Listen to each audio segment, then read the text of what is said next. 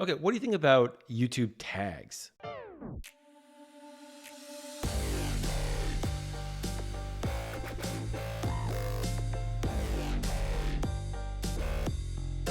It's not very, there's so many other aspects of YouTube marketing that are actually going to move the needle so much more than tags. Think of it this way. When you go into YouTube Studio and you're uploading your video and you're optimizing all the metadata, the description and everything, you actually have to click a button, see more, to open up the additional optimization options beneath. So it's hidden. Why? Think about that. If you were a YouTube developer, a UI UX developer, why the hell would you hide tags and all those other options beneath that button?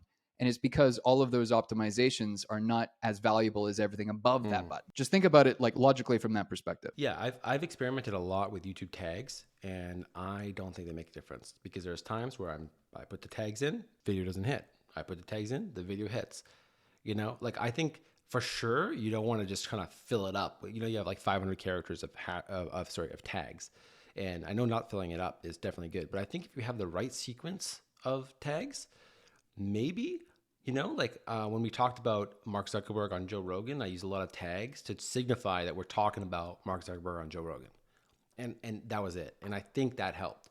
But, you know, trying to go in and just, you know, using other kind of keywords to try to rank for them and stuff like that, I don't think it works. Two things. After a video is published, within the first 24 hours, YouTube has all the data it needs to know exactly who to serve that video to. And the tags are literally worthless at that point. There is one case that has been presented to me, and I'm like, okay, I'll give you that. If you're making a video about a subject and you're trying to rank for a keyword or a search term that is commonly misspelled, you're a content creator. You're not going to use the misspelled version in your title and in your description. You would look pretty funny if you did that, right?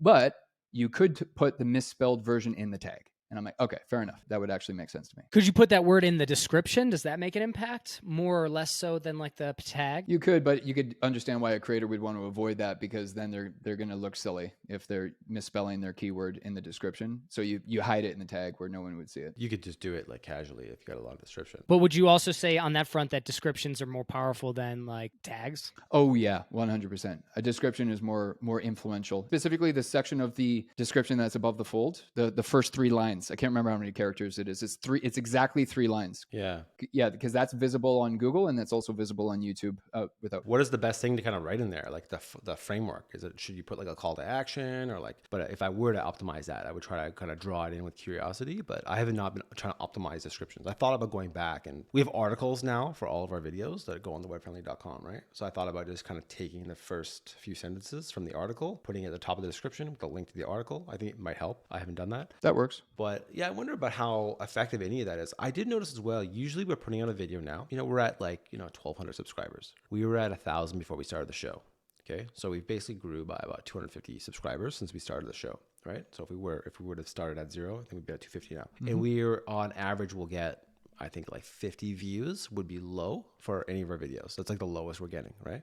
But what I noticed was usually it's like 50, but I looked back, if you look back at all of our older episodes, they're all now like 200. So it's taking like a month or two. Like, cool. We did a whole episode, you and I, on, when you did the whole YouTube analysis thing. You can look back at that. I think one of those videos has like 1,000 views. Oh, really? When we first posted it, it was like nothing. It was like 20, 50. It's evergreen content. The YouTube AI needs time to serve content to audiences and is constantly testing. So now that is a clone that's working for you 24/7, 365, and YouTube is constantly testing. And with each test gets more and more data and slowly but surely understands, that's the viewer avatar that likes this content. And then not every case, but in some cases, a video will blow up like a year after it was posted or 2 years after it was posted. I've seen that plenty of times. Okay, so now that you've gotten a taste of the power that YouTube marketing will bring you and your business, now you realize you got to get started. But where do you get started?